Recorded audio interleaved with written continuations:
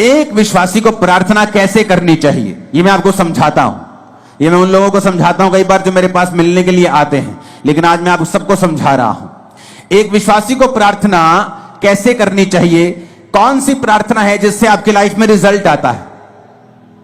अब आपने ये बात समझ ली कि प्रार्थना जरूरी है, प्रार्थना नहीं करेंगे परमेश्वर उत्तर नहीं देगा। उसने लिखा है मांगो तो दिया जाएगा। वचन, ये आप बोलेंगे वचन में तो लिखा है कि परमेश्वर मांगने से पहले जानता है तुम्हें किन वस्तुओं की जरूरत है।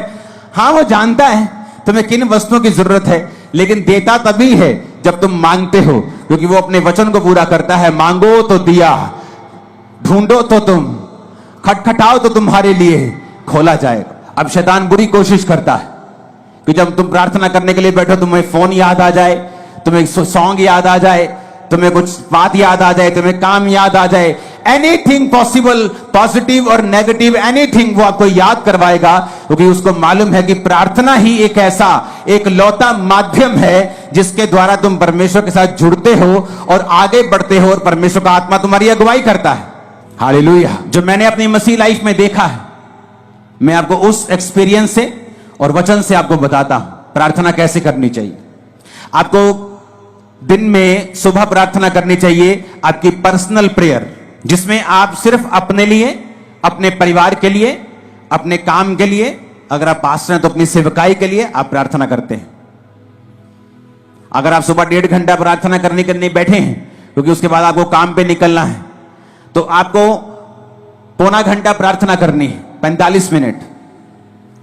आधा घंटा आप वचन पढ़ें और बाकी का 15 मिनट आप वचन को खोलें और अपनी लाइफ के मुताबिक, मान लीजिए एक विश्वासी बीमार है, वो नीति वचन को निकाले 3 को, वो यशाया 54 को, वो भजन संहिता 103 को, वो इस तरह के वचन निकाले जहां परमेश्वर ने आपको शारीरिक चंगाई की वायदा किया है।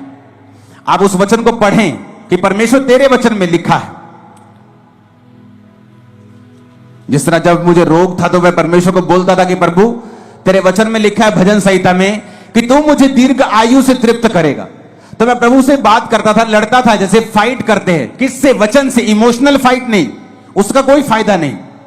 वचन से फाइट करना। परमेश्वर कहता है वचन से अपने प्रमाण मुझे दो, सबूत दो मुझे, क्यों मैं तुम्हें चंगा करूं, क्यों तुझे बच्चा दूं, क्यों ब्लेस करूं, सबूत दो। क्या है सबूत? सबूत वचन है।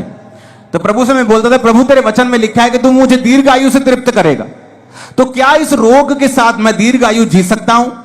अगर जी सकता हूं तो ये दीर्घ आयु किस काम की होगी अगर मैं सारी उम्र रोगी रहूंगा? तो मैं इस तरह से प्रभु के साथ फाइट करता था कि प्रभु तेरे वचन में लिखा है कि तू मुझे दीर्घ आयु से तृप्त करेगा। एक टेस्टिमनी को मैं पढ़ रहा था, एक सिस्टर की, आज बहुत सारी जबरदस्त गवाहियां आपने सुनी, तारीफ करो सब गवाहियों के लिए।